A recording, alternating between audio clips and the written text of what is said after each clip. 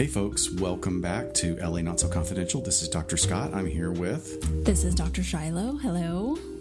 So good to be back. I know. How's it going? It's been a busy week. I went on call on Tuesday and today is Thursday. You're still on call, right? I'm on call for a week, so it's been 2 days and it's been really busy already. I've worked like a 12-hour day and a 15-hour day. What? So, no, it just reminds me, like, for the period of time that I was a law enforcement psych for a different law enforcement agency than you, our call was set up so badly in that we had we had a flip phone and a pager, which is just, that wasn't 1995. That was like 3 years ago. Yep. And it was awful. And also, being a moderately anxious person, just kind of, okay, you just got to have that pager it's got to be right by your head 24 hours a day. I know. It does. I find that it has that effect on a lot of psychologists where they just talk about this anticipation anxiety of being on call. Yeah. Like getting out of the shower and checking to make sure they missed a call. I don't know. I'm not made with that, whatever that is, because I'm just kind of live Well, it. you were a cop, so maybe, don't you think that informs? Maybe, yeah. I think that might have something to do with it. I never worked an assignment where I was on call previously in law enforcement, but my husband was a homicide detective and he's been on call. So we have now sort of switched roles. After he came out of working the detective bureau, I got this job. So it's kind of nice because it's not like both of us are ever on call. Right. But maybe just the mindset is there of this is just part of the job. And I totally dig it. I don't mind at all. But yeah, if my phone rings today, I'm still on call. We're gonna have to cut, and I'm gonna have to see what it is. So if it sounds a little weird, like we're kind of hopping back and forth. Yeah. But this is a good episode because we're covering questions. Yeah. And you were in training yesterday. What was your training on? Training yesterday was our update on suicide assessment. Oh, cool. Which now for licensure in California, when you renew your license, you have to have some continuing education credits on suicide. Right. So my work actually put together an in-house training, which was great because we were able to shape it so it was very specific to doing assessments with law enforcement officers. Oh, that's great. And it was fantastic. I mean, it was stuff that I got when I first was hired, but I think I was so new I wasn't able to wrap my mind around it and digest it fully. And now that I've been in the job 2 years, it was nice to kind of sit and have a full day of it, and it was really nice. Oh, that's good. great. You did a ton of training this week. I know. I did 3 days in a row, which is a lot. Even though it was great, I did. Even though at the expense of you rolling your eyes at me, I had 2 days of the level 2 training with Kevin Cameron from Canada. We call it VITRA, Violence Response Threat Association. No, assessment, not association. And it was it was amazing. And the great thing is that I approached him, and he's gonna be on the podcast one of these days. Yay. So we have to just collaborate with him on what we want to do. And then yesterday, excuse me, Dr. Nicole Paglione from ConRep over at Gateways Hospital. And for those of you who don't know, we have a program here in Southern California that is a partnership between parole, probation, and a publicly funded hospital. So they are really doing kind of what we did as previously in our internship, and you did for another 9 years after that, which was you did sex offender evaluation and threat assessment and treatment planning, and these people at Gateways do for just violent offenders, right, that may or may not have co-occurring significant mental health disorders. And so it's a lot of monitoring of them once they come back into the community. Yeah. So anyway, it was 3 great days of training, but I feel like my brain is a little bit of mush, and I can't wait to let it sit for a couple of weeks and then go back and look over the notes, because these are actually trainings that gave great notes, so that was really exciting. Nice. Well, So. you and I have been invited to do a talk at a threat assessment conference, probably coming up in September. We did? Oh my God, have I already forgotten about this? So we originally were going to do the FBI seminar, and then they Right. said, we have this other threat assessment thing we want you to do it at. So Oh, great. Scott and I are going to do a presentation on incels, which Oh, yeah. we basically developed after doing our episodes and doing all that research. So that's going to be fun. Yeah, and by the way, I'm still a little bit miffed that we didn't get picked up for ATAP. ATAP, Association of Threat Associate. Well, that's why they didn't get me, because I can never remember what the acronym stands for. But it's a huge threat assessment and law enforcement entity, and It's wonderful. yeah, it's a really good conference. But you know, the incel thing has not been covered that much, although it's coming up in the news now. 2 huge articles about incels having all signing up for plastic surgery, Yes. thinking that by fixing their zygomatic arch and expanding their jawline, that they're going to just immediately having panties Jesus, thrown my at them. phone's ringing.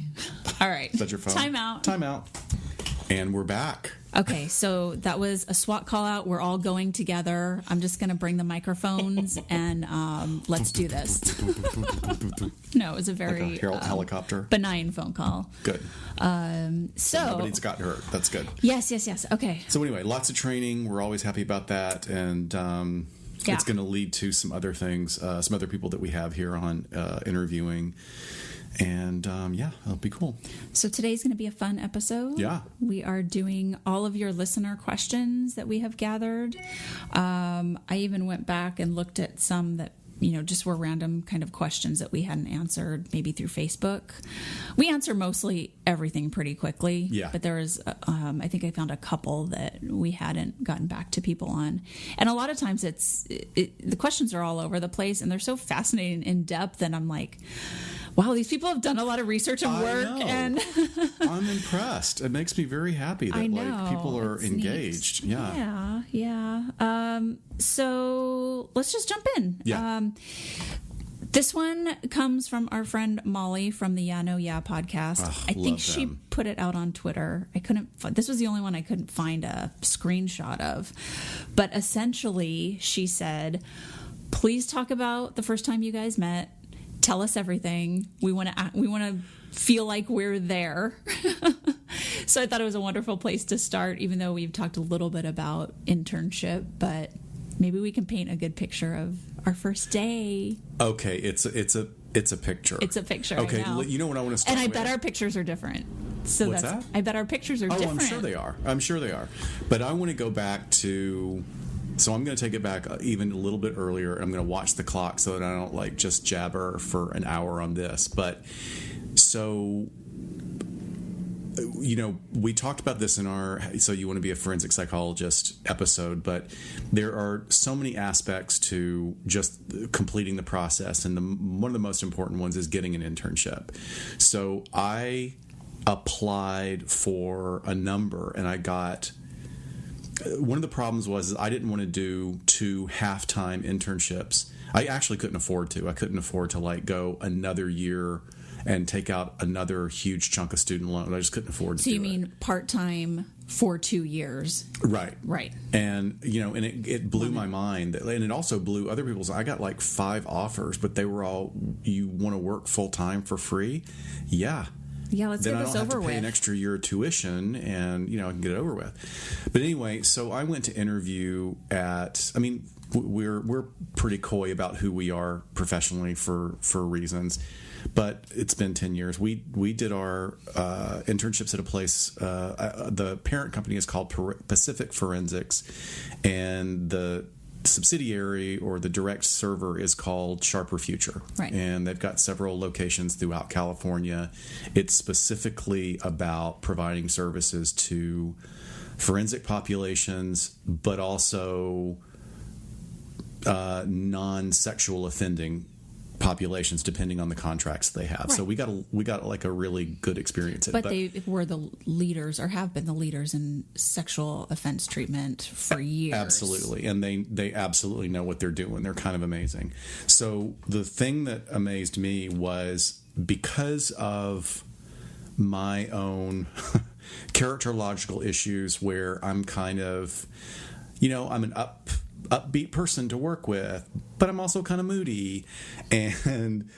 But I have to say this, I can present well in an interview. In fact, I have been told that, like, if I had a superpower, I can present very well in interviews. Wow. And I can back it up. I mean, I have education and, right. I know what I'm talking about.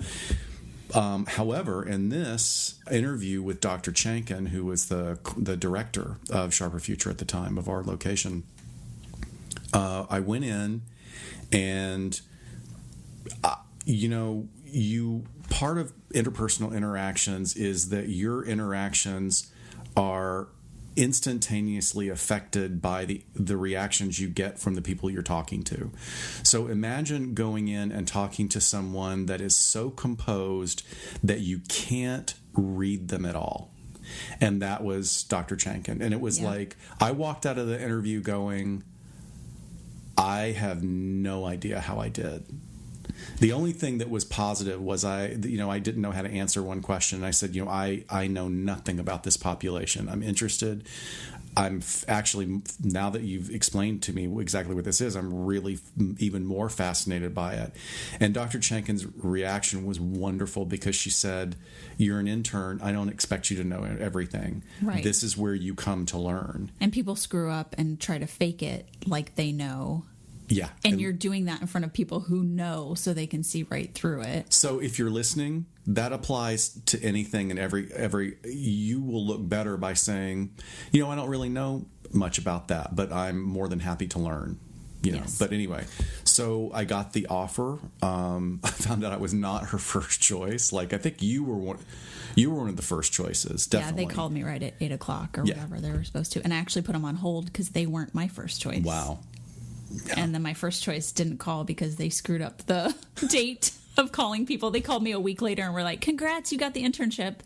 I said, well, that's nice because notification day was last week. Well, that tells I don't want to work for you anyway. Yeah, and that tells you a little bit about how disorganized they are. No, it all worked out. So that was how I got the offer, and I was very excited. What I was excited about was the location was literally a 10-minute drive from my apartment where we were sitting. Where we interviewed. Where we interviewed. Right. And then they go, oh, by the way, we're moving offices to South Central Los Angeles. And let me tell you, folks, it was that driving to that location the first day was an eye-opener. It was like every day for a year was an eye-opener. And I mean, because of the population that Sharper Future serves, you can't be near a school, you can't be near a park, but because these people because these people are getting, it has to be accessible by public transportation, right, or most of the clients would not be able to make it. So the bottom line is nobody wants a sex offender treatment program in their neighborhood or in their area, so you don't have a lot to pick from. No, it would. We were literally in between a warehouse for like taco trucks or something, and I don't even know. I just know there was a pursuit one day, and the cops crashed right in front of our building, and like there was I don't think there was a shootout, but it was madness. And it was a terrible building. I mean, it was just this weird sort of chopped up, like weird dank hallways, and the toilets were always backing up and smelling, were horribly backed up right by our office. Yeah, it was terrible. But the first day I went into our shared office where we had 4 interns and crammed into this tiny office, and you were sitting there. Well, I think you and Sarah were the first 2 there, and I remember being the third one there of the day. Okay. And thinking, oh, it looks like they already bonded. And you guys were like both from the South, and I was kind of jealous, and I was like, I want to be his friend. And then but you're hard to read. I couldn't tell at all. Yeah. You were completely, the main thing I remember about you coming in was you going, I'll take this desk with my back to the door because I need to learn to tolerate that. And I thought, what? And then that's all I really. The first day was kind of a whirlwind. We just had our what would be our fellow coworkers and therapists sort of introducing themselves, which was interesting in and of itself. But I remember specifically, like, Sarah and Jen were it was just the two of us sitting back to back, and I had already gotten comfortable enough with you to just start letting my freak flag fly. And I remember saying something like, "Oh, I really like you. I hope you're not fucking crazy." And you did this thing where you had your hair down and you flipped around and gave me the craziest, like dagger stare, and then died laughing. And it was awesome. It was like, oh, okay, we're going to be friends. You have to tell the story about the phone, though, because that wasn't that far into internship, right? No, it was a few months later. I was very excited because Dan and I decided to finally, like, we're going to get iPhones. Right. And I was so excited, and I was like, oh my God, you don't have to tap 3 times to do a C. You've actually got a keyboard. And so we are back to back. If you just picture like 2 desks with computers back to back, I can't see you, you can't see me. We're doing our work. And I'm texting or typing something, and you say in the flattest voice, you know, you can turn that keyboard sound off. Because it was just tick, tick, tick, tick, tick, tick, tick, tick.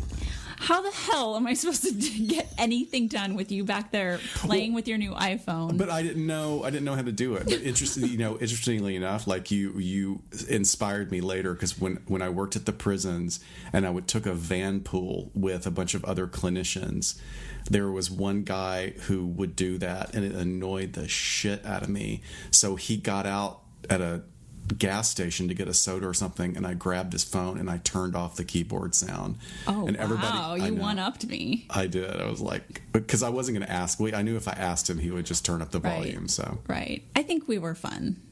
I remember the power went out in the building once, and so you and I went to the front lobby and we were doing ballroom dancing. Oh, right. To keep ourselves occupied. I taught you cha-cha. Yeah.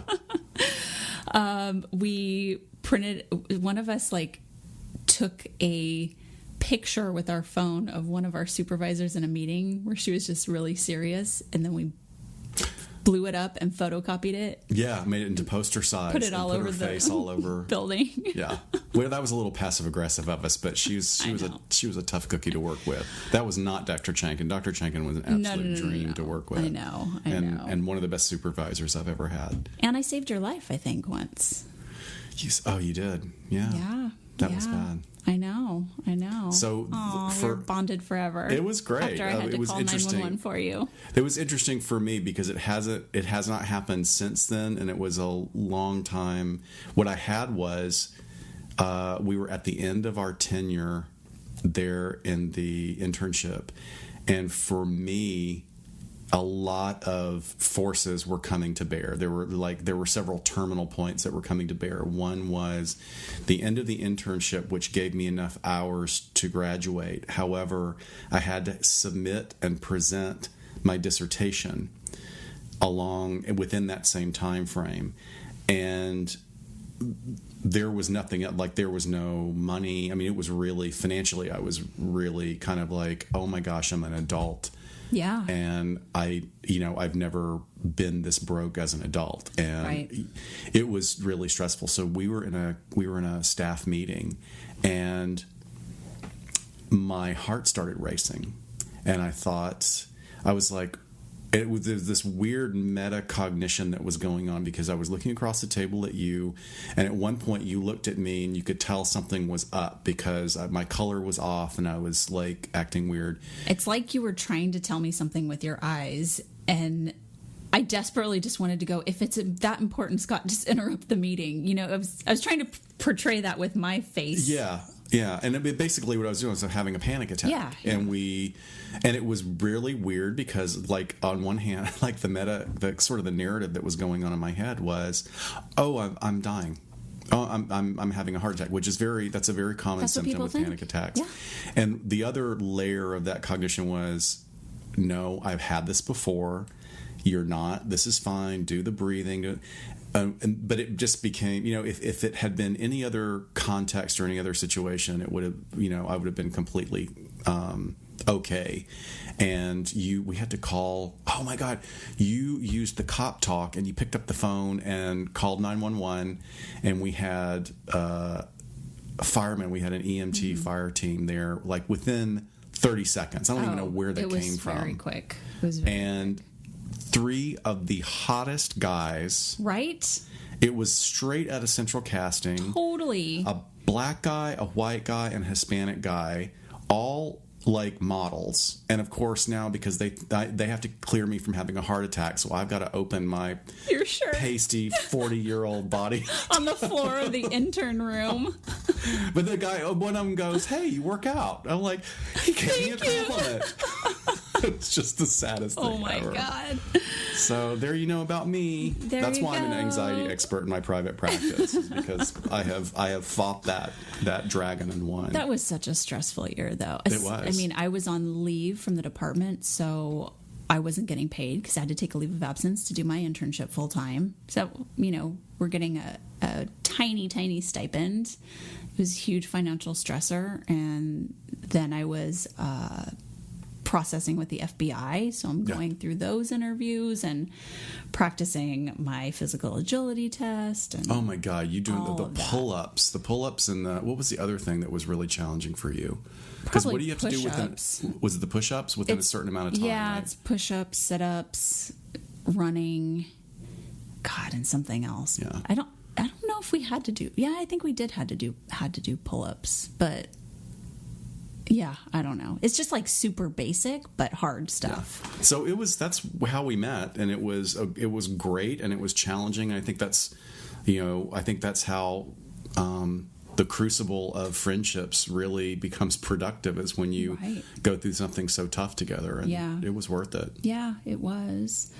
Question number 2. Okay, so I'm going to say this question, but I'm not really going to comment on it because I sort of can't go there much. But this comes from Rachel Rowe on Twitter. Her handle is Rachel, RACHELROH.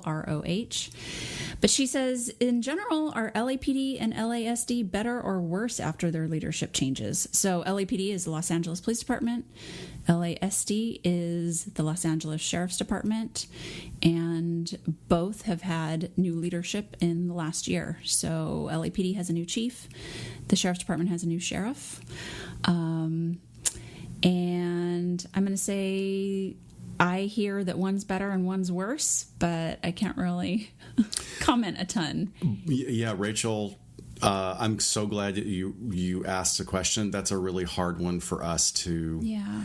Even though Shiloh and I are kind of on different areas of the spectrum about our positioning, not opinion, just our positioning and our past experience, and also sort of. Moving forward, what I would say is it's a really complex issue, and it's 2 of the largest law enforcement agencies in the world, and it is filled with people who are incredibly dedicated to their work. Right. And, I have had, in working with one of those entities, I've had this amazing experience of seeing people who want to mentor up-and-coming officers, and they are egoless, and they are amazing men and women, because all they want to do is make everybody better at their job. Mm-hmm. And unfortunately, not everybody's like that. There are other people that are completely ego driven. And here's the one thing that I will say, I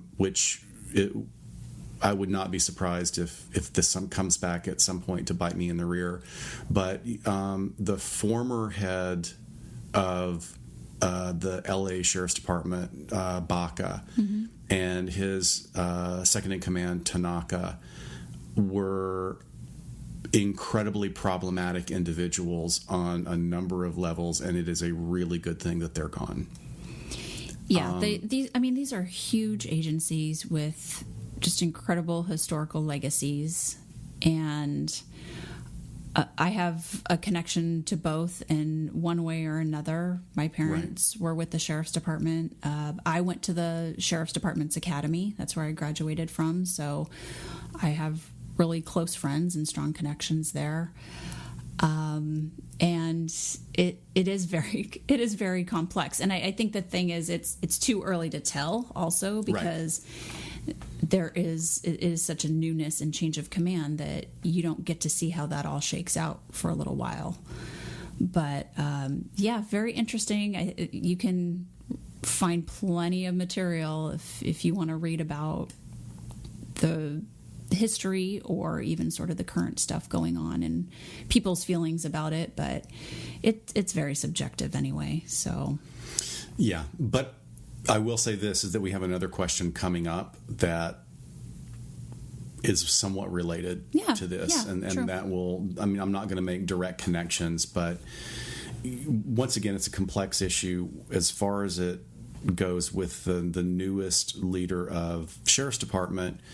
There are some really good things about him, but and I'm just not even going to mention the name. I'm just going to say there's some great things about him. There are some major decisions he's made about reinstating people that I'm not going to comment. I am not informed enough to know if this individual's decision is based on, I'm going to reinstate these deputies because they were wrongfully terminated. I don't know enough to comment on that. Right. What I do know as a person who's worked in different areas of administration and as a pretty much an expert on understanding human behavior because of my education and training, I can tell you that was really poorly timed, because this is not the time to be reinstating people with the kind of charges that were brought up against them. That sends a message to the female deputies that's not very good. That's my opinion on it. Makes sense. Next question. Alrighty. So this one comes from Coop Lori. Lori Cooper. She's a crime writer, and she's reached out to us a little bit. But she says, "What has been your favorite story that you've covered on your podcast?" Oh God, this is a good one. What, you answer it first.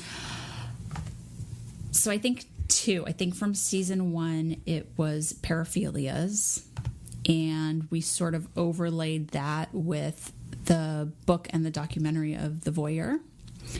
But just that being sort of my wheelhouse for so long, it was just, it felt like I didn't even have to prep for that episode. I was just spewing stuff that I had been studying and researching for so long. So that was really fun. So I would say of season 1, that was my fave. And season 2 was an interview. I think it was the interview we did with James Fitzgerald. And I just thought it was such an interesting concept to say, hey, do we think the Unabomber was an incel? Yeah. Taking this wonderful historic true crime case and this new concept and bouncing it off of the expert on this perpetrator, and getting some really good information out of him that even he really wasn't connecting to this term incel, even though he knew there was this problematic behavior with women that we all kind of got to explore together. So that was really cool. And we're going to be doing a follow-up with that because he's uncovered a trove of information that he's willing to share with us in written communications between Kaczynski and one of his girlfriends. So I can't wait for that. I know. I'm excited for that. What about you? Okay, you did season. Yeah. So season 1, I really feel strongly that, I think it was more because of a personal experience, was our interview with Jen Haley from Mindhunter, because that was the first time, not necessarily, I love all of our content. I'm just, I love learning and I love challenging myself. And so every topic we have, we don't do topics we don't have any interest in because, Right. But then I'll say there are some that I've been moderately interested in that have been like, oh my gosh, this is fascinating. Yeah, once you dive into it. But with Jen, it was like an experience being with you and our wonderful friend now and collaborator Justin Neese, who produced. That was the first time we had met Justin, and he, whipped up this. We didn't know what we were doing. We knew we wanted to interview this wonderful writer that our friend Deb had connected us with. But the what I liked about that experience was I just felt like we are doing something so different. We're taking the expertise and experience that we have, and we're doing something new with it. Now, it's maybe not new to a bunch of other people who do this for a living. I mean, we're not Diane Right. Sawyer. You know, Right. who's been doing it for years. No, I'm not. we are not groundbreaking trailblazers. But it was really amazing to me, and she was such a great, easy first interview. I mean, she was wonderful. For not knowing what the hell we were doing, it turned out pretty great. I thought so too. Yeah, just everything sort of came together. That makes sense. And then season 2 is a tie between Cults and Amanda Knox, I think. I think Cults was actually our last episode of season 1. That was season 1? Okay, well then... I thought you were going to say Cults. Well, actually. then Cults was tied with Jen for season 1 because the Cults, my personal connection, and then just sort of that really kind of pulled forward again the idea of groupthink. Just how easily it is. People are longing for connection, and anyone can be influenced. I think there are also, there are some that continue today that I think we want to revisit and maybe do a crossover with one of our other compatriot shows, talking about cults and a connection to multi-level marketing and There's pyramid schemes, because there's a lot of them that they are clearly cults, and right. They had almost as much impact financially on people's lives. But did you send me an article recently about talking to an expert? The clothing. Remember, I posted online and you were like, "Oh, those are shitty leggings." Oh God. Yes. I think I said fucking hideous. Fucking hideous. Okay. Yeah, that they had to consult an expert who gets people out of cults to get people out of MLMs. Yeah. And I have friends from high school. I have a wonderful friend from high school whose adult child is involved in not only a multi-level marketing scheme or entity, but one that purports to have medicinal and treatment therapeutic benefits which are not based in science. And I'm about as far woo as you can go and still be a psychologist. And even I'm like, no, your cancer's not going to be cured by rosemary oil. It ain't going to happen. But we'll get into that. The other one, but really Amanda Knox to me was a huge one because it was so bugfuck crazy. And there's a lot of true crime stories out there and podcasts about true crimes that have such amazing right and left hand turns that you don't expect. But this one was the one that, that the documentary that we both watched before we did it, to see this woman being just, explaining so authentically, like, this is who I was, this is how this happened, and to realize that, the rest of the world just sees skimming the surface of like, oh yeah, she did that thing in Italy, and realize there's, there are people involved, and people's lives get ruined by egotistical people in power. And I thought that particularly, that one and the wrongly accused parents, we've gotten so much feedback about that episode. There's so many similarities. Yeah. But it speaks to this, just true crime in general. And so often when you see something happening on the news or you read about something and it's like, oh, it's happening over there, I'm just going to be an observer. I'm just going to consume this. And I think I want to dip into this later. We have a question about exploitation. But you hit the nail on the head. I mean, there's people involved, and God forbid it happened to you or your family one day. Yeah. And then you get to see what it's like from the inside out. But yeah, that was a great episode. So from Facebook, Ashley B., she asked, do you plan on covering cases and thought processes behind noble cause corruption versus perceived corruption, and how it plays out on the screen as well as behind the scenes? Okay, so first of all, I have to say that thank you so much, because I had to go to Wikipedia to look up noble cause corruption. Okay. I really, seriously, what I'm familiar with is framing things as behavioral drift, which is not the same thing as noble cause corruption. And I think we really lightly tapped on that in our arson episode at the beginning of season 1, because we were talking about these firefighters that are setting fires to then look like heroes. But this is more having to do with law enforcement. And when I hear noble cause corruption, I think of, I say my all-time favorite cop show, but I don't really watch cop shows, but The Shield was my favorite. It was so good. And these guys are doing all these terrible things to get the bad guys off the street. I mean, they were doing terrible things to make their own money and stuff like that. But it was going above and beyond the law to also then enforce laws. And I thought that's just what sticks out in my head. But I recently finished Frank Gerardo's book, Betrayal in Blue, about the police officers in New York in the 70s and 80s, a big corruption scandal in NYPD. Was that like what Serpico was based on? No, it was separate from Serpico. Okay. I can't remember if it preceded it or if it was after. Well, probably what we should do. You want to define? Let me read the definition from sure. Wikipedia for those of you out there that were like me that didn't really know what that was. The definition is not the TV show The Shield. Exactly. Officially. So noble cause corruption, and let's give Wikipedia its due. Noble cause corruption is corruption that's caused by the adherence to a teleological ethical system. It's suggesting that people will use unethical or illegal means to attain desirable goals. So a result which appears to benefit the greater good.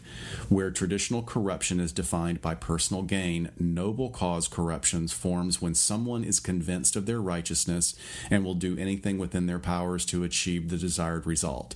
An example of noble cause corruption is police misconduct, quote, committed in the name of good ends, close quote, or neglect of due process through a, quote, moral commitment to make the world a safer place to live, close quote. So that's a great sort of down and dirty, well, it's not even down and dirty, that's pretty specific. Yeah. The problem I have with it, and I realize, and believe me, I'm not coming at this saying that I, in my life, have been always moral and ethical, because I'm human and I am challenged by those things as well, is that after having worked in a position where I work with law enforcement for the purposes of helping people with severe mental illness and navigating the Los Angeles County court system and actually sitting in on long trials or hearings that are so different from how they're portrayed in television and film, is that you realize that, we have a social contract and a duty in Western thought, in Western philosophy, in the Western world to adhere to the legal process, because if we don't, it'll go off the rails very quickly. It goes off the rails even though we have this system. Right. There are people that, if you start, look at, is it Duterte, the Philippine president? Who basically, his noble cause is that he wants to get drugs out of the Philippines. So they're just basically gunning down drug users. And they're gunning down, and dealers. Right. So it's like, so it's not even looking at the fact of why is that person dealing drugs? Right. What's the root issue? How do we exactly? What's what is the underlying issue? There's no work. We have to do something to support the family. What would you do? It's the old, it's the old philosophical argument of, would you steal a loaf of bread to feed your starving family? Right. And these are really tough questions, but I have real problems with that, because especially when you see in big government agencies and government spending, and you're like, well, somebody should be the whistleblower on this. And it's like, in some cases they should, and in other things it's a lot more complex. But ultimately, I think that you have to. But noble cause corruption is fascinating. Dirty Harry is a great example. What was the one with Charles Bronson, where his wife and daughter get raped and killed, and then Death Wish. Yes.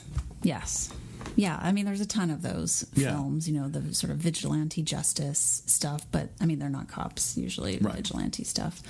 But I don't know. After I read Frank's book, I think that maybe something in the future, it might be something we touch on. Yeah. There's also a Netflix documentary on that same topic that I haven't watched yet. of the New York officers, but it would be interesting to cover. And we should cover with that case, and also there's a really great dark movie that came out a few years ago with, of course, Kevin Bacon, because Kevin Bacon is in everything. And I'm blanking on the name of it, but you'll probably remember it if you're a movie fan. It's the one where there's a series of child molestations, and they're convinced that they know who did it, so they capture the guy, like all the people in the neighborhood, and I think they almost beat the guy to death. And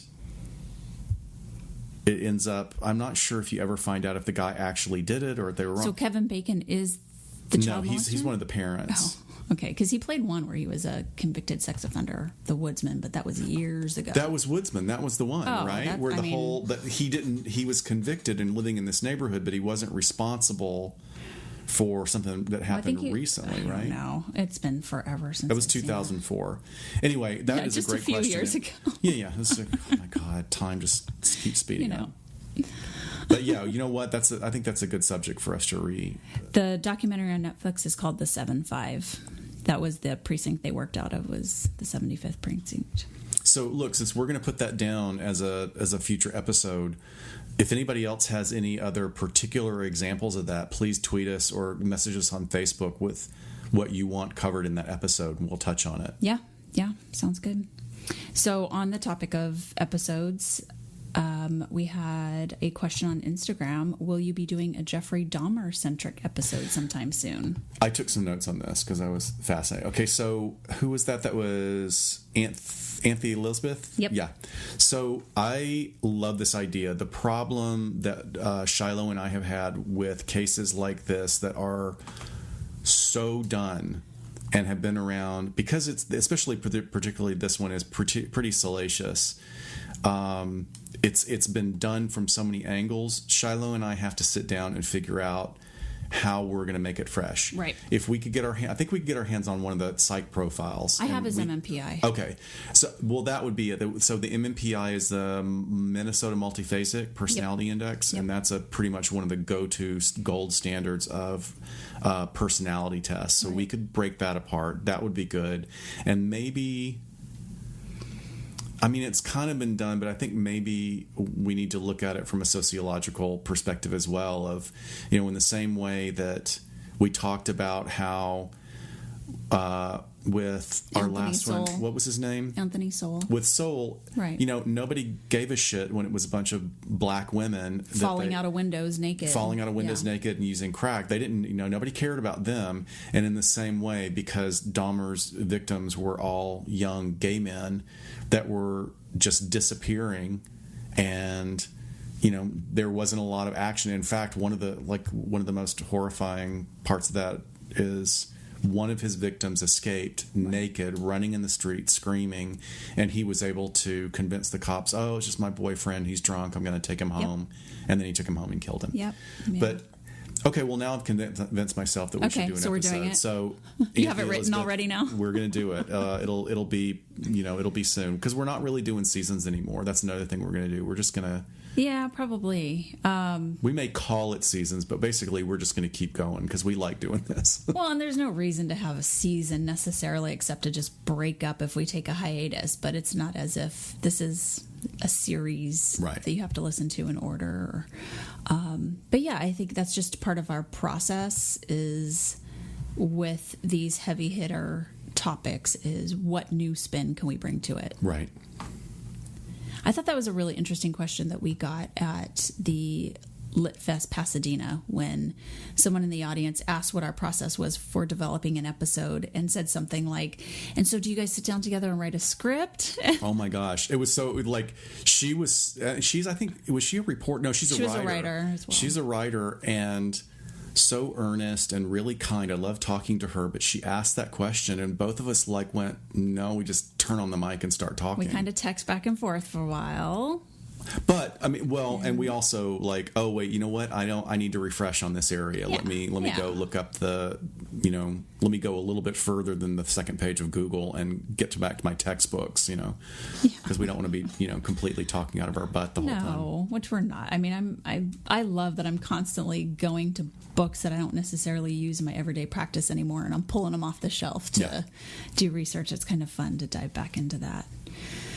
Okay, so again from Instagram at Brewer Baking asked, regarding child exploitation, are factors such as anonymity, rapid development of technology, and lack of legislation a growing problem that should be addressed? And this was an area that I was working in for a long time, because throughout the past, I would say 10 years, but it's now been, since I opened my practice again, I'm going to say, the last 12 years I've been working with offenders who have primarily committed their sexual offenses via the internet. So we're talking either production of, downloading, or distribution or possession of child abuse images, child sexual abuse images. What else do we call it? Soliciting a minor over the internet, things of that nature. Of course, the technology is the issue. I had some statistics that I used to show my students in trainings when we were working with this population. And for a good 3-year chunk, all I saw were federal offenders. So majority of those are going to be internet-related offenders. And in a 10-year time period, I want to say roughly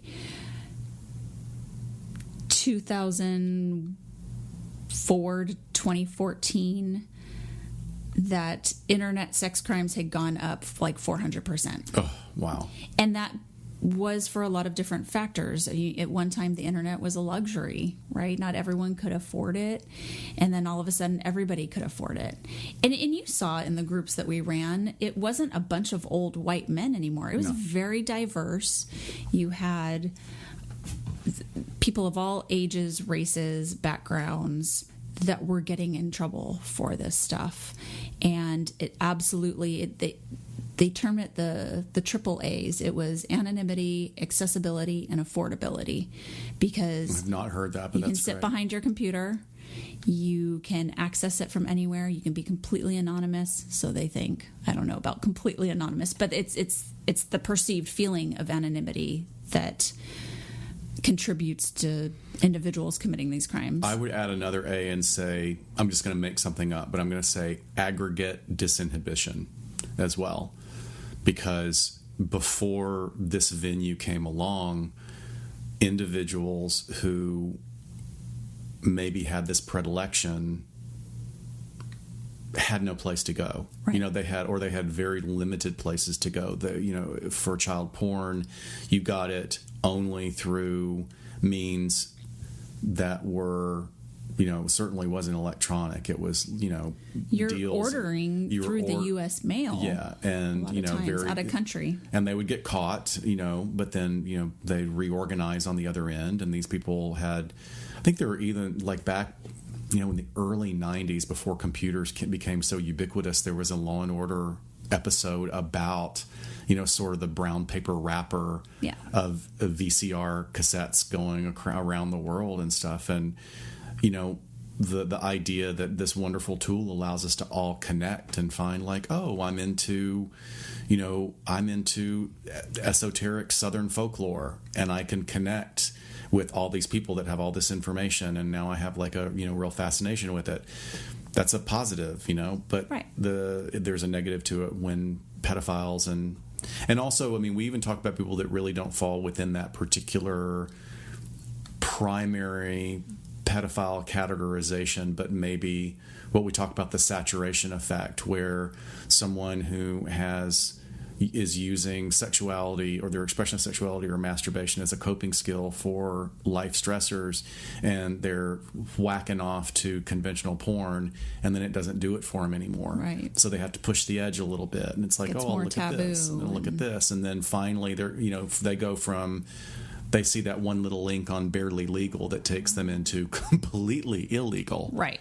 And even some of those individuals that I've worked with in therapy, like when they kind of come out of it and get, on some good medication, and if they're insightful, and if they're not completely PETA or hebephilically oriented, they'll look at you with wide eyes and go, what the hell happened to me? How did I get there? Or help me figure this out. Help me figure this out. And then we have to, we take them through the steps of like, well, this is how you got here. Right. But I think I got a little far afield. Let me go back to the question. I wanted to bring up how it's interesting that the laws don't keep up with the technology. They can't. So yeah. the federal laws are so strict and steep. And it was because it was for people who were using the U.S. mail to literally send this across state lines to get to people who were going through a lot of risk and effort to get this, where now it's so effortless and free and accessible. And so now you have these, decades-long sentences with lifetime probation or parole, when it was a much more serious offense and probably intended for the more risky individuals who are willing to jump through all those hoops just to get their hands on this, rather than it being sort of this desensitization issue of a porn addiction or, whatever. So you have this issue of you and I have both treated individuals who were either really young or maybe on the spectrum somewhere, or some other intellectual disabilities that are coming across this stuff and then getting decades-long sentences. Yeah, that's something that we've touched on before in the past, that, Shiloh and I both feel really strongly that the net is way too big and cast way too wide, and each of the, everyone deserves a fair day in court, and I don't think that necessarily everybody gets one with these kind of charges, because not everybody needs the same amount of treatment. We've touched on concepts such as under treatment and over treatment, right. Which you wouldn't think about. It's like, oh, it's a sex offender, put them in a group or put them in that. It's like, well, no, you may be taking somebody that's at low risk and putting them into a group of high risk offenders. They're not going to get any benefit out of it. In fact, it's probably going to push them to, I'm not saying it's going to pressure them to relapse, but it's setting up some factors that are not going to work in their Or they're favor. going to end up getting manipulated and victimized by the really experienced ones. Yeah, we can't paint everyone with the same brush, and I think that's what we sort of talk about a lot, is that it's not this black or white thinking where people just want to label individuals and do away with them. There's so much gray that needs to be evaluated and assessed, as we were talking in our last episode about sex offender risk assessment, and see where individuals fall, and who can be helped with treatment and how much they need, instead of a one-size-fits-all punishment. Now, the other aspect of child exploitation is, let me say this, and the more I talk about it, I'm really happy this question came up, because in spite of sort of the ephemeral nature of trying to track these guys down, the feds, once you hit a certain level of downloads, you are on the radar. Or the vast majority of people. If you're an expert hacker, maybe you're getting away with things that other people can't get away with. But, and the feds are out there, and they know. I mean, they have systems in place and once you meet that threshold of numbers, man, right? You don't. Shiloh and I both treated people for many years longer than I did, but I remember the stories I heard from some of my clients about the SWAT teams coming to their house at 2 a.m, and we're not talking. We are talking about what it looks like on television. It looks exactly like that. They are bringing 60 people and helicopters. They are cutting off the entire neighborhood. You are getting dragged out of your house. Every piece of electronic equipment. It's the real deal. Yeah. But and on one hand, paying attention to this is important because no child deserves any kind of exploitation like that. Another aspect that this question could be referring to is that we're now, as law enforcement entities and mental health practitioners, much more aware of the ubiquity of sex trafficking, which is eye-opening and horrifying. Right. When if you decide to go down this rabbit hole and read about it, in every major city in the U.S., not even talking about the rest of the world, there's major child trafficking, human trafficking going on. Not even major cities. I mean, if we're talking about like this area, it's happening in Rancho Cucamonga. Oh yeah, not just L.A. or San Bernardino. And it could be something as salacious as children being pulled into the sex trade, or immigrants without papers literally being held in slavery in a rich couple's house for 2 decades. Right. We hear these cases every single week of someone coming forward going, yeah, they beat me and make me clean the house for 20 years. Mm-hmm. So yeah, I mean, it's the human trafficking and the production of the child pornography is really, like you said, the horrific piece of it that I think we're always going to be behind them when it comes to technology. Yeah. And especially when you're talking about, exploiting children in different countries via the internet, where someone sitting here can, via webcam, have a young child from Thailand perform sexual acts in front of the camera and hide their IP address and all of that, but being egged, and being directed by their parents to do it because that's right, the money that's coming in. I mean, it's a cultural challenge. It's it challenges us on a number of levels that it's difficult. But law enforcement is great with their technology, but in any sort of crime, the criminals are going to find a new way to do it, and we have to sort of play catch up and try and outsmart them with the technology we have. But I think it's scary to think of. I remember them throwing out the numbers of how many IP addresses, like what percentage of IP addresses in the United States have accessed child pornography. Yeah. And it was really high. Yeah. Whether it's something someone stumbled upon by accident or someone's like, hey, I want to find out what this dark web is all about. Right. Well, and along that line, I love the graphs that show, and I wish I had the Google terms for them. The graphs that show a map of the U.S. and show state by state what the predominant porn search is. Yeah. And what's hilarious is the stuff that's on the more paraphilic and kinky end of the spectrum is all in red, poor states. Bible Belt. Like all that repressed sexuality just leaking. Oh, yeah. Total behavioral and leaking emotional all over leakage. Keyboards across America.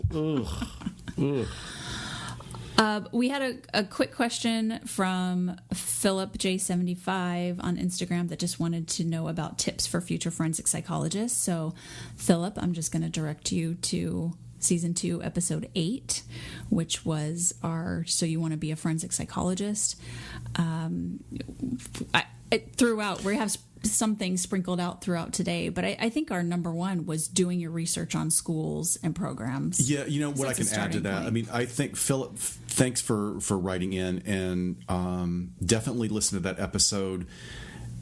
And also, but thanks for asking the question, because just in light of my recent trainings that I really enjoyed, I have done a little bit of court work. I chose not to take the path of doing a lot of expert testimony because it is a specific thing.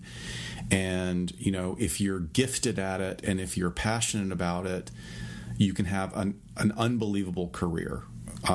Because people are needed, like experts that know how to manage themselves and manage being on the stand and being, at the receiving end from all sets of attorneys there. But that's one aspect that we really didn't talk about, which I think I'm going to try and get a friend of mine that does it all the time. I'm going to have her come in and tell us about specifics on expert testimony. That'd be awesome. But what other... I mean, when we say forensics, there's so many different ways that it can be. I mean, being a law enforcement psychologist is an aspect of being a forensic psychologist, right, because it's, you're working with law enforcement. There are things that you can do in working in the correctional system, in the post-correctional system. I mean, the field of psychology is wide to begin with, but even within our discipline, there are so many places you can go. If you're not somebody that wants to do therapy or you don't want to do court testimony, but you love the idea of testing and really writing about what you're finding from tests. I have two buddies that left our division, and they do the tests for people who are pursuing law enforcement as a career, right, and they love it because they give a battery of tests to these men and women, and then they're responsible for writing up the profiles. I think that's fascinating. We should probably go back to our episode and just jot down what we didn't touch on. We could always do a part 2. We'll do that. I love also bringing in guests that are doing it and having them come in and talk about it. So something to consider. Yeah, Philip, thanks for that reminder. Yeah, we're going to pursue that. Oh, he's from Sweden. No, the next one's from Sweden. Oh, wait. No, I'm sorry. Yes. It's both of them. He's from Sweden. He asked 2 questions. Okay. So his other question was, can I work as a forensic psychologist in the U.S. or as a criminal profiler if I'm from Sweden? And I think this is really just coming down to licensure when we're talking about working as any sort of psychologist in any state in the United States.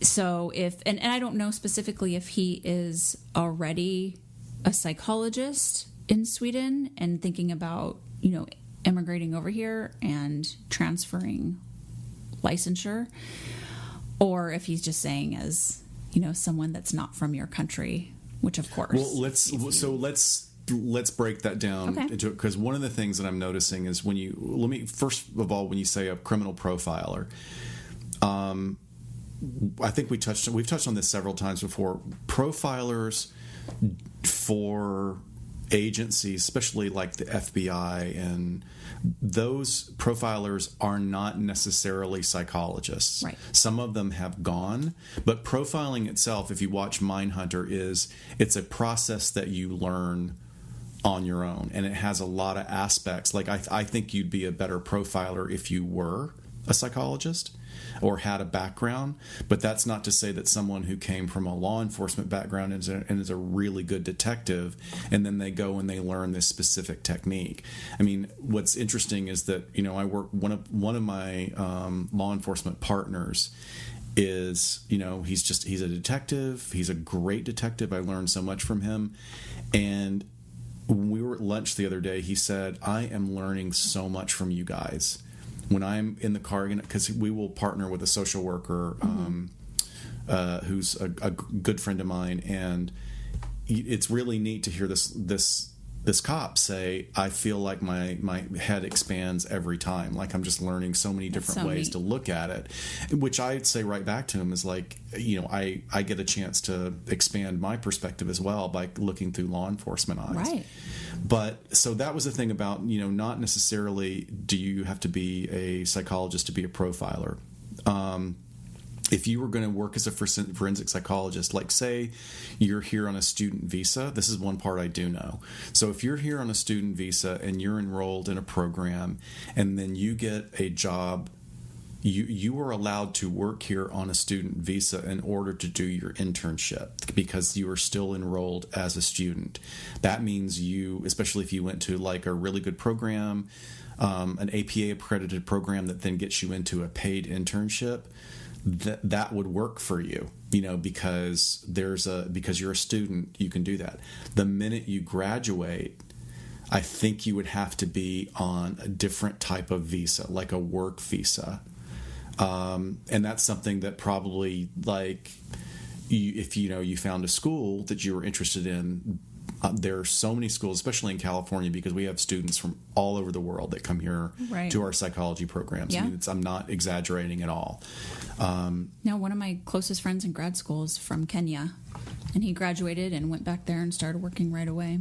Yeah, that's also something like if you wanted to work in Sweden, or work in that area, if the European Union continues to exist, you could basically be the expert in that. Yeah.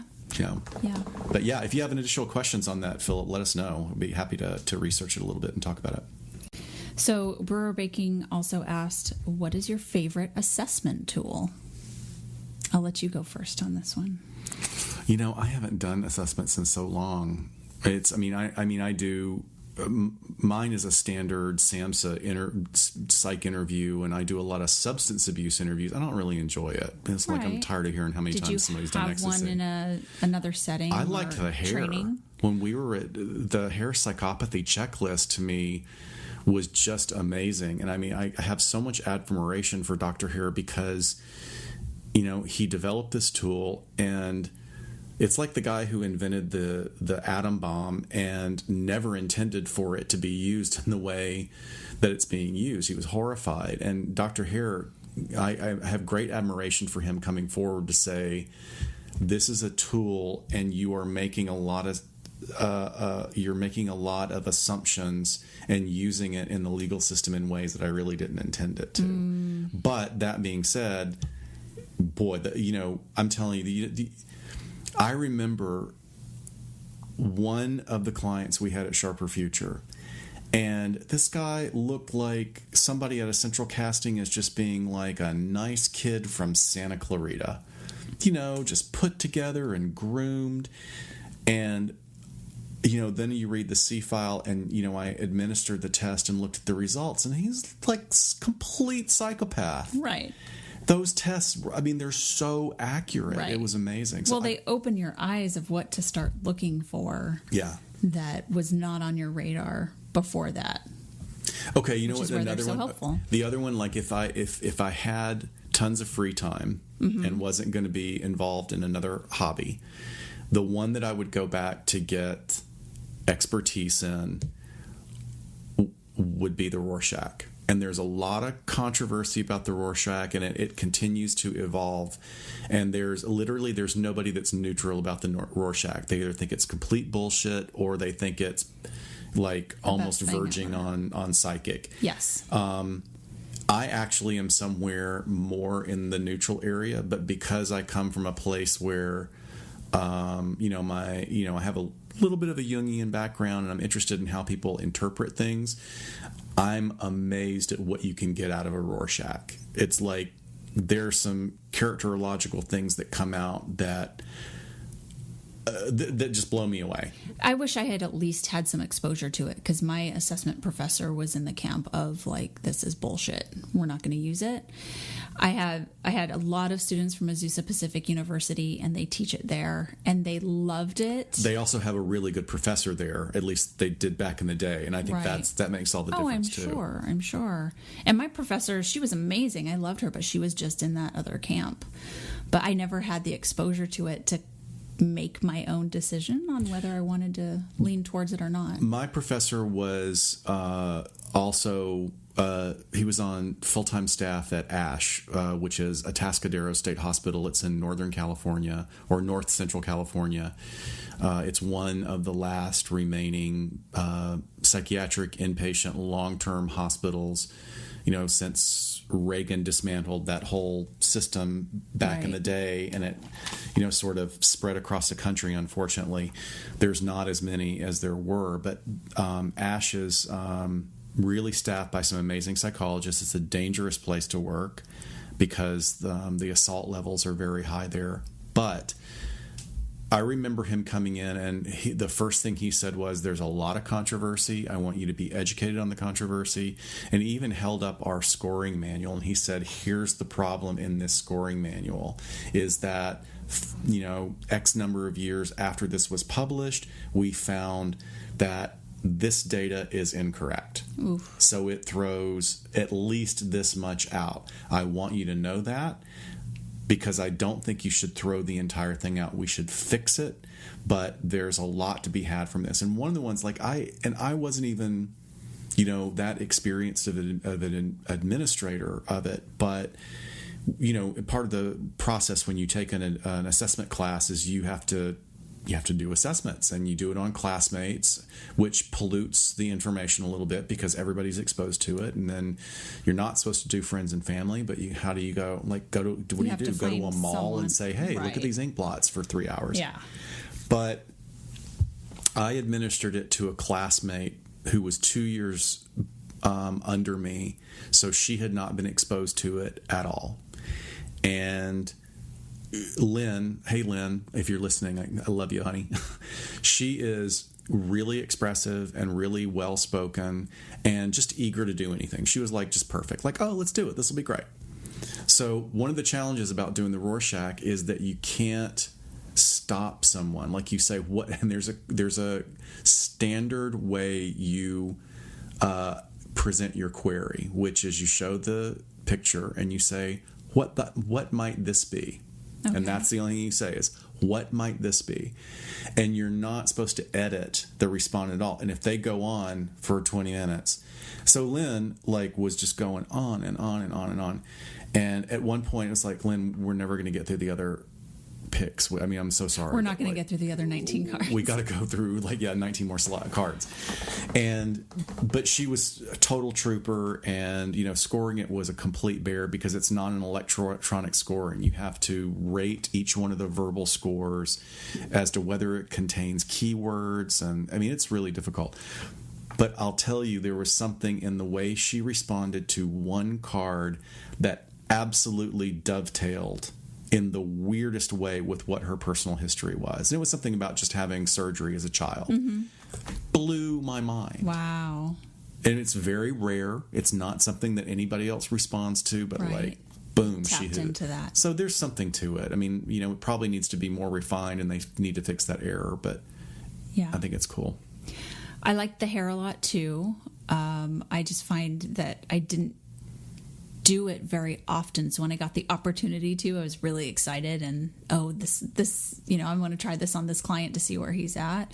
And so I remember being very meticulous and really concentrating on it. But I think the training that I went to was so great that made me excited about it. Again, going back to training, I'm sure you guys are sick of hearing us training whores talk about training, but my favorite assessment tool, which I used a lot in grad school, and then a little bit afterwards, I had some practicum settings that would kind of let me use whatever I wanted, was the 16PF.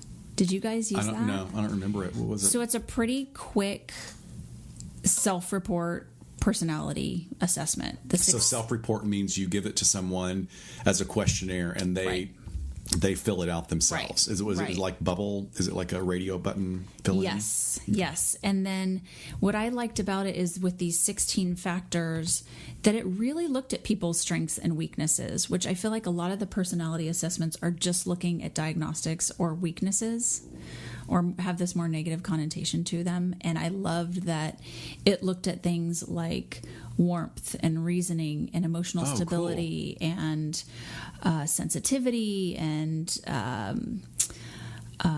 perfectionism. And so all of these traits where they were sort of at one end of the spectrum, or, you just kind of see on those spectrum of warmth, where do they rate? Right. So it's just really cool because it's just 16 factors. But isn't that subjective for you as a rater?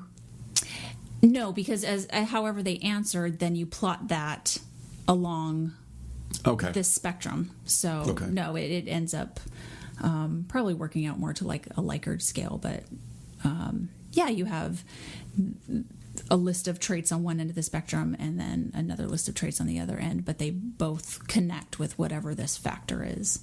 But I just thought it was fun to give. It was easy to do, and I liked the information that I got out of it. Was something I could play up to people's strengths and use that as an intervention.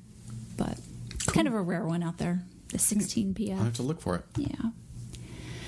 Okay, so Miss Molly BK asked us, You talked a bit about how you found To Live and Die in LA exploitative, which she and I had this conversation via Twitter.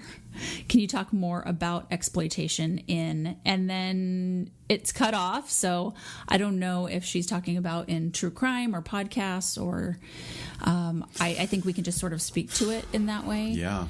But so I had a real issue listening to the episode To Live and Die in LA, or the podcast, which is put out by the same folks who do Up and Vanished, which was a great podcast.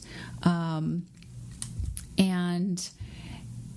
it's it's sort of this journalist that hasn't really looked at true crime before, and he's worked with Rolling Stone, and he ends up sort of in real time following this case that happened in LA last year, where this woman that was sort of an aspiring actress goes missing, and her boyfriend's a suspect, and how do I not know about so this? He's getting. You didn't even tell me. You never tell me anything. You never listen to me. I listen to you. I just forget. Oh, we're presenting at a conference. What?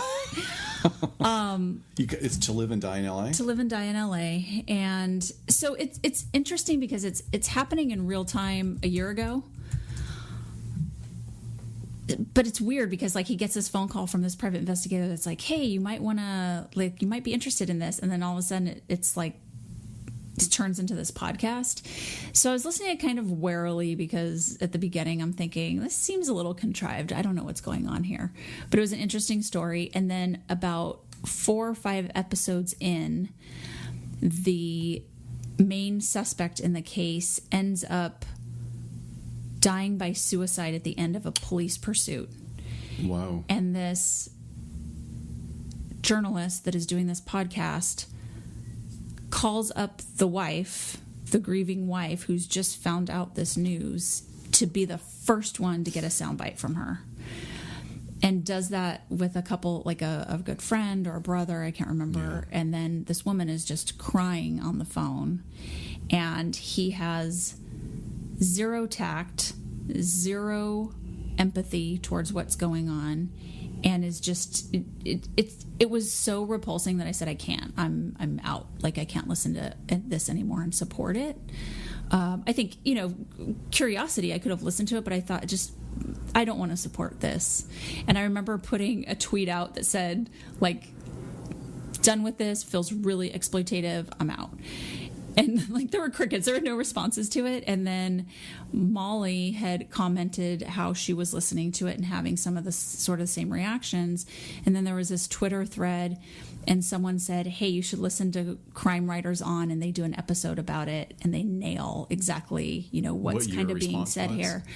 And so I'm now this huge fan of Crime Writers On, because they're crime writers that review either true crime documentaries or podcasts, and they're just unedited, blunt about what they think. And they were like, what the fuck is this guy doing? Well, I'm, and it was hugely popular. It was on the top of the list. I'm on the website now. I can see. And the reaction I have to that, even from just what you're saying, is, stepping completely out of psychologist's shoes and into, working in the legal system, that's incredibly fucked up. Because on one hand, look, real time, how am I going to say this? Because I'm just off the cuff answering this, but I'm thinking that, look, real time needs to be reserved for detectives and investigating and solidifying the story, instead of throwing another perspective in that's ginning up all this stuff in the community. Now, I think it's amazing that we, as part of the podcast community, there are some amazing things that are happening in cold cases. Right. People are like, hey, I'm passionate about Sister, what was the one, all the people that about the abuse scandal, and the Keepers. way, the Keepers one. The way people come together for these things and go, hey, I've got some extra time. I'm going to look this up. And then, I mean, it's amazing. Like giving the respect to, okay, law enforcement probably exhausted all their efforts. But and that's why they're cold cases. But what else? It's not getting attention. Maybe I can dig something up all these years later. But the idea that an individual would call someone at that moment is really kind of that's outside the pale. I mean, that's bad. I mean, there's just these clips of he's talking back and forth about like, oh, should I call her? Well, the media's going to call her anyway, so I'm just going to call her. And then gets her on the phone, and she's sobbing, and he's going, I'm really sorry, but da-da-da-da, like, here's my question. And it's just zero... empathy. None. I feel like empathy is too good of a word to even use for him, where it's just... Well, it doesn't care. Like, let me push your tears out of the way, and I have something to ask you. Well, that's entitlement, and that is, and I mean, we talk about sort of the idea of our 15 minutes of fame. Like you and I, we don't know what's going to come of this podcast. We love doing this. We love that there's a handful of people out there listening, and that they enjoy it, and we enjoy doing this. But to go to that, we're respectful. I mean, I'm going to talk in a second about something that is challenging, and I may get some shit for this, but this particular case is, I think that all of us need to have ethical standards. We're not journalists. Right. We, in this role, really, we're entertainers. Right. Right? We're not doing therapy on air. We're educating you guys and entertaining you with our ridiculous stories and what goes on, but I'm not going to call somebody up that's the victim of a crime. I may have somebody on, we will have people on if they're willing. Sure. And the way I would say is, like, we're going to do this with respect and when you're ready. But the idea that, I think it's just the idea, sort of like when I was in casting and I was blown away at people that would just kind of show up to Hollywood and get their picture taken, and I'm an actor.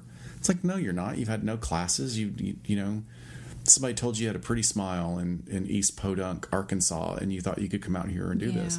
And, there's that sort of, unintelligent entitlement. Right. And that's an example of what I think you're talking about in this individual. And good for him for his feet being held to the fire by that podcast. Yeah. And I think it lends to a bigger sort of philosophical conversation about people's intrigue with true crime and what is exploitation and what isn't.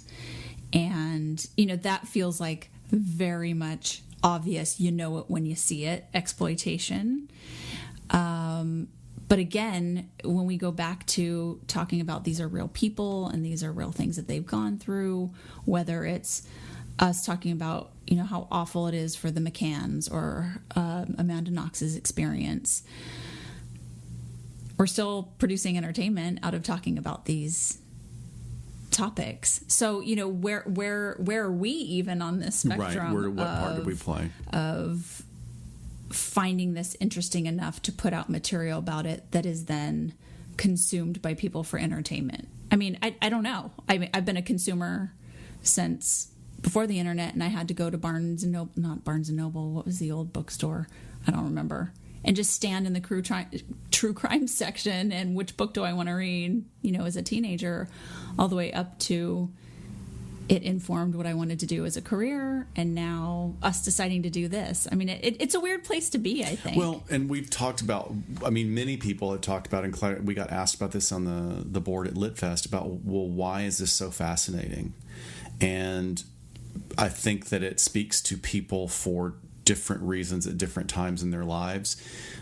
I'm fascinated by it. My own background is, having a personal experience of a family member when I was young and engaged in something really, really extreme. And it informed my life for many years. And am I capable of doing that? Am I part of why that happened?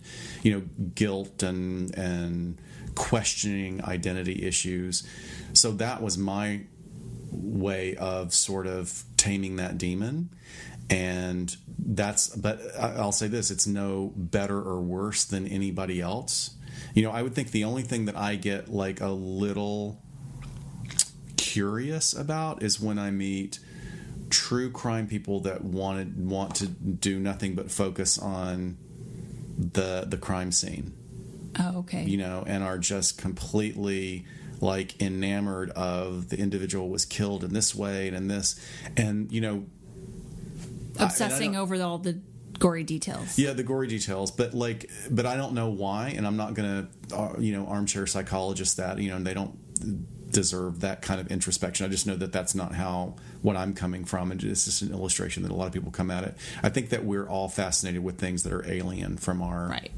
And there are some people that are like, I want to listen to it so I can get better. That's the first thing I do usually when I go to someone's house for the first time is look at the books on their shelves. And when I went to my husband's house the first time I met him, he had this book of old vintage homicide scenes. I was like, okay, this is the guy.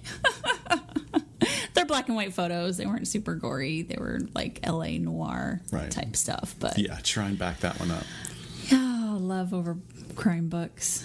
I will, just to touch a little bit, like to follow, you and I were talking before we started recording. I just finished season 1 of Sleuth, which I think you talked about a little bit last time. Yeah, and I mean, I did not know that the host had passed away in February of this year, and I feel very badly for her. I know she was intensely loved her adult children. She was a great mom. She talked about them a lot. I think it's a fascinating case. I've described it as Fargo meets Waiting for Guffman in Orange County, California, with about some of the most sort of trashy and psychopathic individuals that you would meet. It's almost unbelievable, like that, because it's so over the top that it's darkly comical, and yet I have to pull back and go, no, the victim's parents are still alive, and they are, they're hurting, because Linda, the host of this, there was things that, at first I think she describes herself as a crime writer, and I have no problem with that. That's fine. You're a crime writer. And oh my gosh, the information that she gets out of collateral sources through interviews is mind-boggling. She gets people to talk with her. She has this ease about her that's really wonderful. But then in other episodes, she's like, well, I'm a journalist. And that's not what I was taught in journalism class when I was getting my English degree years ago, is because there are a couple of interviews where she is not the passive, neutral interviewer. She's kind of, sharing humor in some things that, and you know what? And we'll never know because she's no longer with us. Maybe that was her method, her modus operandi for obtaining information. And building rapport. Mm-hmm. I get it. But I'm not even so sure. Like, I felt badly for some of the people that really kind of embarrassed and implicated themselves, probably shared more about themselves personally than they would really want out there. Mm-hmm. I'm not sure if other people pick up on that, but in listening to it, I was like, I don't really like this person that's being interviewed, but I feel badly for them because I don't think they're really savvy enough to realize what they've just said. Well, and the basic definition of exploitation is taking advantage of a situation or a person to gain an advantage or benefit. Right. So again, it's the difference when you listen to something like To Live and Die in LA and compare that to, something where there is a host that is remaining neutral and going about it in a very methodical way and professional and ethical way and still producing wonderful content. It doesn't have to be so salacious and in the moment and let me get this first. Because who cares? You recorded it last year in 2018 and it came out this year. It was in the moment then, but it's not as if thank God he didn't release the episodes as it was happening. Yeah. And I was just thinking, God, those poor detectives at LAPD that are trying to investigate this. And then you got this private investigator and this podcaster that are trying to chase down leads and stuff. And that happens here. God. Like, Linda was, now she was also treated very badly by the DA in Orange County, and that DA, I think he retired and he's being under investigation for some corruption. I mean, she uncovered a lot of things. I mean, I have really great admiration for her. It's just that I didn't understand this one approach. And I just think that the main thing is that you're muddying the waters. I guess on one hand, like if this spunky reporter, writer, crime writer comes up with like, hey, no, this is evidence that maybe doesn't exonerate, but it clearly shows that other people were involved and that the person who's taking the fall is covering up for people, then, bring it forward. But the way going about it, I mean, I'm just not really sure that's going to be, I'd kind of be like, hey, will you just let my attorney do his job? Well, and it doesn't surprise me in the age of, maybe I can have the next great podcast. Right. That people are sort of going about these methods and throwing ethics out the window. Yeah. To try and get that. So hopefully we will keep our ethics intact. Okay, do we have time for one more question? We have one via email, which is it's one you sent me and I did not get her name, but it was via email. So she says, I'm wondering if you have an opinion on the increased involvement of the foster care / child protection services over the past 59 years in regards to the development of sociopaths. If removed from abusive homes in time, can the development be halted or decreased? I'm not assuming the system is perfect, but wondering if it had an impact. Or maybe the abuse is so hidden it's not found or not found in time to make a difference. Or maybe I'm not understanding how the environment impacts the process. So there's a lot there. Very specific about CPS in the last 59 years. So I think this is looking at the age-old environment, nature versus nurture. That's one part of it. Is that what you're sort of getting out of this? Yeah, I mean, quickly, the first point, just kind of addressing Child Protective Services and foster care. Out here we call it DCFS, Department of Child and Family Services. Excuse me. And there's a different version in every state or county. Usually it's, I think it's run by the state. But, one of the things to remember is that up until recently, and when I say recently, I mean the last 125 years. I mean, this month marks women obtaining the right to vote 100 years ago. A lot of people might not blink at that, but that's a relatively short time when you think about the span of human history. And I think people should actually be, in this political environment, should be really freaking scared about what rights can be taken away from them. But that's a side note. Building on that, what we, that's one that we talk about is like, oh, look, it's June, it's the 100th anniversary. What we don't talk about so much is that children, up until recently, really only the last 65, 75 years, have been seen as property. They were not humans. And now part of that is sort of sociological, because up until the last 200 years, the majority of children, or not the majority, but a huge number of children died in infancy, childbirth, didn't even last the first 6 years. So the idea, a lot of people don't understand that for generations, for eons, parents made no effort to have any kind of connection with their kids, because you don't know if that kid's going to be around, right? It's going to be survival. Right. So what we're fighting with is this process of trying to understand that children, I mean, as a parent, like idea that your gorgeous daughter as an infant was communicating with you through sign language. Mm-hmm. That fucking blew my mind, right? Because I'm not a child development person. I'm not really interested in that work. But this was fascinating to me. But for many years, we just thought of them as these unrealized little troublemakers that were basically unregulated id and needed to be contained and punished. And this is my long-winded way of saying is that the violence against children and disregard for children's rights has been going on for many, many, many years, even though taking into account that, like, if you go back 400, 500 years, that you were an adult by the time you were 12 or 13. Right. You were expected to, because your life expectancy was really only about 35. Yeah, you're halfway there. You better get on it. You better get on, play on that field, right, little Albert. But to illustrate that we have a focus on these things, and I think we're actually, as a society, we're trying to catch up.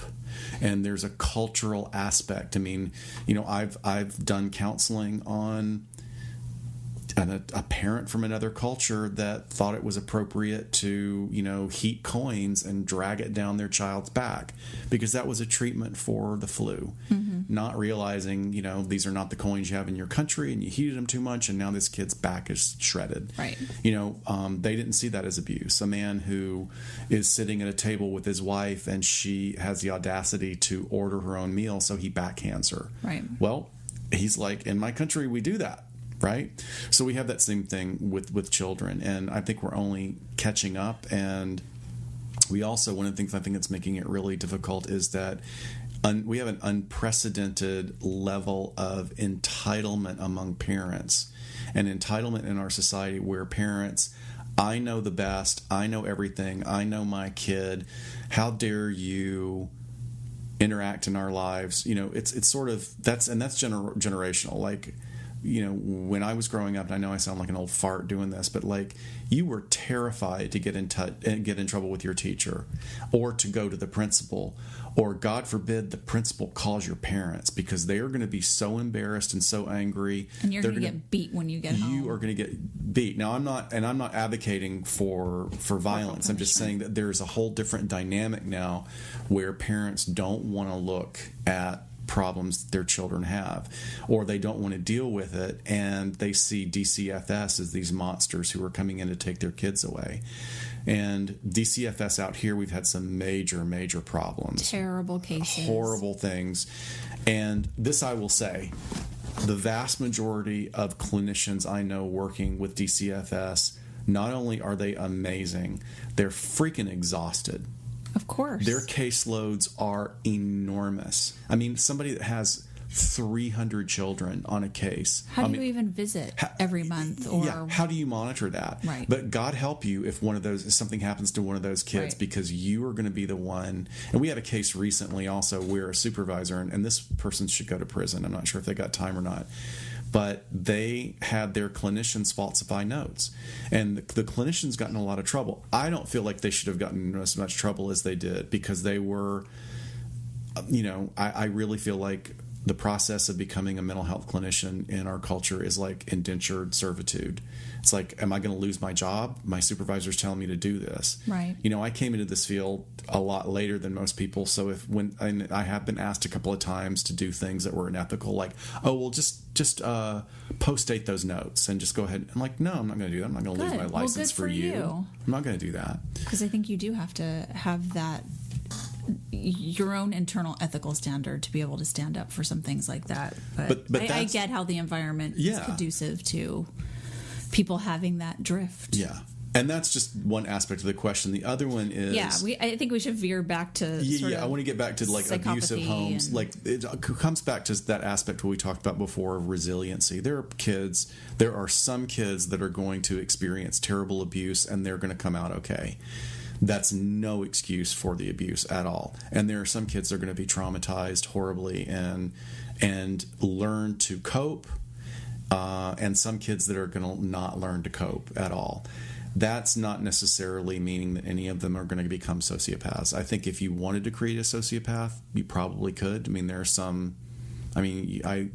I look at Elizabeth Holmes, the Theranos right. woman. I really think like her family, because she did not have sort of corrective emotional experiences, maybe she fits all those psychopathic tendencies that have been researched, and maybe she has the brain structure. And that's one of the things is like, you may be able to create sociopathy in a child, but I feel the predominant aspect is going to be brain structure. brain and structure environment. and when we say environment, I just want to say I'm not aware of any research linking sociopaths or psychopaths having a significant amount of time spent in foster care or in the system. Yes, good clarification. The link would be that we do know is trauma, so childhood trauma. Right. So whether that happens in the home that they're being removed from, or they get put into a foster home where the trauma is then happening, I don't know. I can't say, and I don't have any of those numbers. But the environmental factor that we are seeing is childhood trauma, where the other two factors are organic, genetic component, and brain structure. So environment is absolutely a factor with that. And again, I mean, I think we're sort of all over the place on this question, but there's a lot.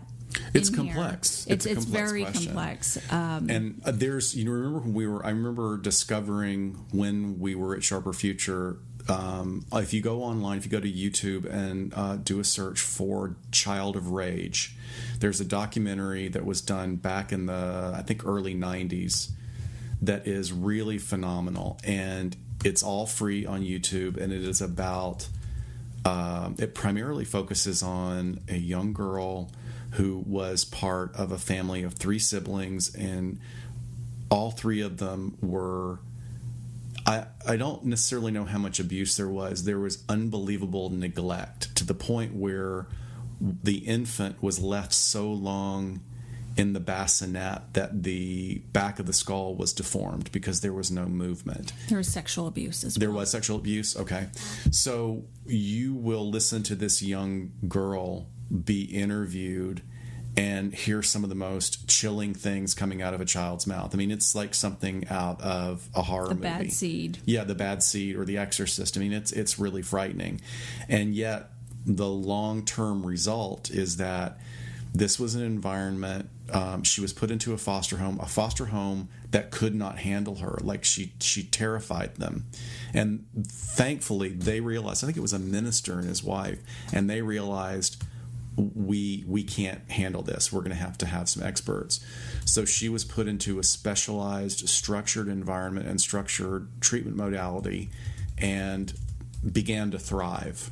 So these impulses to hurt her siblings and to hurt her foster parents subsided, and I think she has now changed her name, and she's now like a child's nurse. Wow. So that just illustrating, I highly recommend watching it. It's free online, but to show that, it's about environment and treatment. But the sad thing is that the vast majority of children that have been traumatized are not going to have access to the level of treatment and care that this young woman got. Right. Wow. Heavy stuff. Heavy stuff to end on, but great question. And that's you know all what? over the place. We've been told that you guys like hearing these, so we'll do a couple more episodes. Please send us over some more questions, and we'll be happy to. Yeah, I love that it gives us not just something to talk about, but future research areas that we can look into and come up with episodes. And we just love answering these questions. So we love having listeners. Thank you so much. I know. All right, episode 15 in the books. Hey, one question for you guys, or one request. Tweet us or get us on Facebook. Let us know what app you use to listen to this podcast on. I'm really curious because I just use the standard Apple podcast app, and I hear, because I listen to so many other podcasts during my commute, the one thing that I know that Apple does not have that I've heard others do is an ability to actually increase the speed. So if you're Apple listening, does.